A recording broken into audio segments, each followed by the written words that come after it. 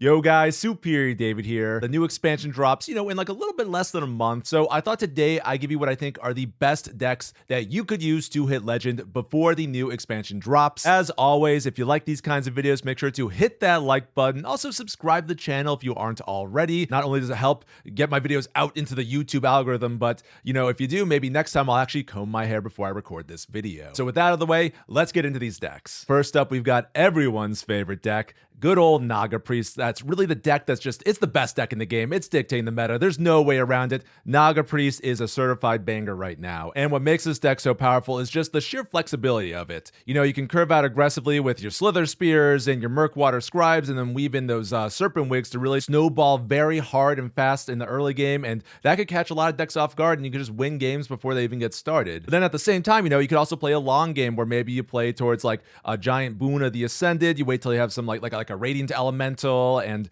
good old Priestess Valish to have like this huge pop-off turn where you make a giant Boonie to just lock your opponent out of the game. And then of course, if your opponent's ballsy enough to leave a minion alive on the board, you could just sort of pop off with a bunch of buffs on a single minion and then kill your opponent with a bless in a single turn. So Naga Priest is just truly just overwhelmingly powerful at the moment. It really has just pushed out so many aggro decks at the higher ranks where like you don't really see much aggro decks anymore. I know at the lower ranks you guys probably will be encountering a lot of like Cursed Imp Warlock, maybe in Rage Warrior, but higher up you really don't encounter any aggro anymore, and it's all because of Naga Priest. It's just very good against board-based decks. So if you guys want to get ranks very fast and hit Legend before the new expansion drops, Naga Priest is your deck. But if you don't want to play Priest, that's okay, because I think this next aggro deck will satisfy your Smorkin needs. And that deck would be Aggro Demon Hunter, which is really like the only aggro deck that I encounter these days because it is so overwhelmingly aggressive in the early game. You just have like a lot of pressure early on with the 2-mana 5/4 Bibliomite, ridiculous card to get down on curve. And then you have just a lot of bursts with spells and your weapon as well, with like Dispose of Evidence, Dread Prison Glaive, and then also where are you? The Multi-Strike. The power of this deck is like you can get a lot of damage at your opponent's face, but you're not really playing too wide on the board. So while not favored against Naga Priest, I feel like it's one of the only aggro decks that could do like sort of okay against it, which honestly, I think aggro decks will take that against Naga Priest because the deck is pretty powerful. But other than that, this deck does just really well against a lot of the slower decks in the meta as well, because again, of that Dead Prison Glaive, you're able to get like a lot of damage in just by clearing off your opponent's minions and, and still get damage to your opponent's face. It's wonderful. But then we also have just excellent reload with the Sightless Magistrate and then the Magnifying Glaive. And normally, if you're going up against a slower deck, your opponent won't really draw anything off the Sightless Magistrate. So it's pretty bonkers there. And then, of course, we got Lady Stheno and Kurtrus to sort of just bring home the bacon and really just give you that extra bit of reach. I personally have not really preferred the versions with Jace. I feel like the more aggressive versions like these that are just lower to the ground are going to just do a lot better for you on ladder. So go forth and smork your way to Legend with this one, fellas. Moving right along, next up we've got Secret Thief Rogue, which is easily the deck that I encounter the most of in Legend. Like literally like 30 to 40% of my games are against this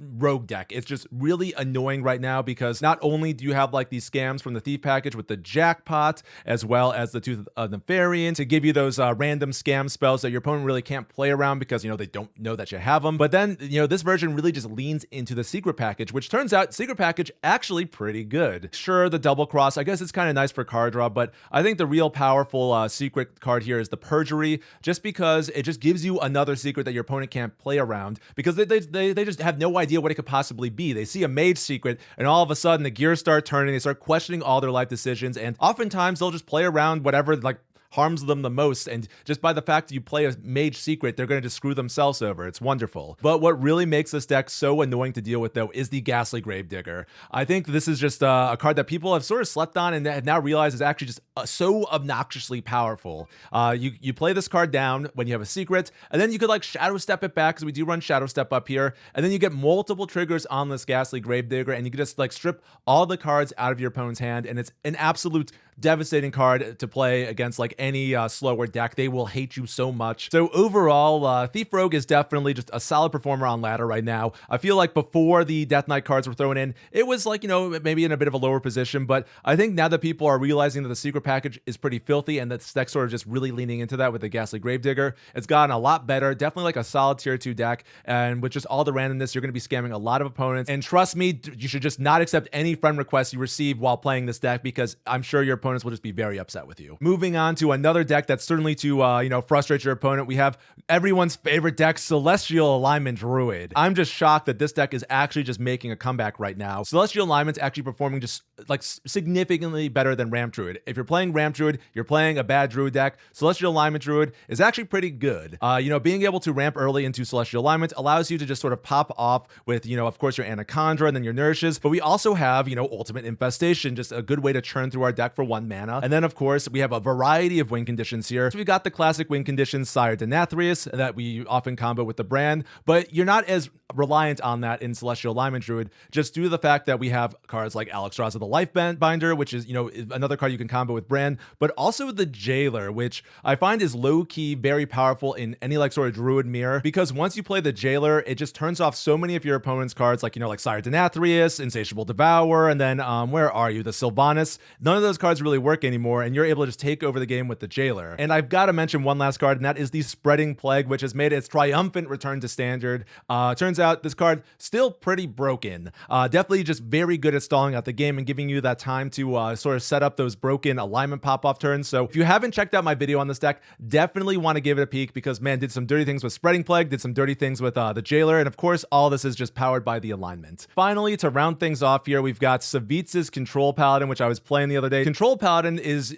unique in that it's able to actually deal with the giant minions that Naga Priest will drop on you. We got cards like Righteous Defense, then of course the catch-all board clear of Equality and City Tax, which can just decimate those giant priest boards. And then we have, just the sort of like these same sort of win conditions that you see a lot in these control decks. We've got Sire D with the Jailer. The versions without the Jailer might be better, but I find the Jailer versions to just be like a lot more fun. And I gotta say that these Chillblade champions have actually been performing just pretty well for me. They're just really flexible cards because, they have charge and lifesteal. So, you could save these cards to just sort of burst your opponent down in the late game if you need it. But then at the same time, if you're just really just afraid of dying, you could like take a trade with your opponent with one of these guys to just hopefully just gain enough life back to sort of, get you to the point where you could survive until like a Lifeforged Carol turn. So love the Chillblade champions. And to sort of prop them up a bit, we also run the Overlord Runethak just for a little bit more hand buffing. So overall, if you want to really just stick it to those priest decks, I'm going to say that Control Paladin is going to be your deck of choice. And, with the Chillblade champion, you've got a little bit more just, proactive tempo tools that can also just be used to smork your opponent down. Just really fun stuff. So there you have it. Those are what I think are the best decks that you could use to hit Legend before the new expansion drops on December 6th. Hope you guys enjoyed this video, and if you did, make sure to hit that like button. Also subscribe to the channel if you haven't already, because you made it this far into the video. You're probably digging something I'm doing here. But anyways, guys, in the meantime, stay superior, and I'll catch y'all next one.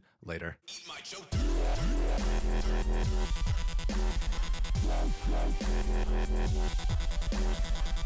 Dirt.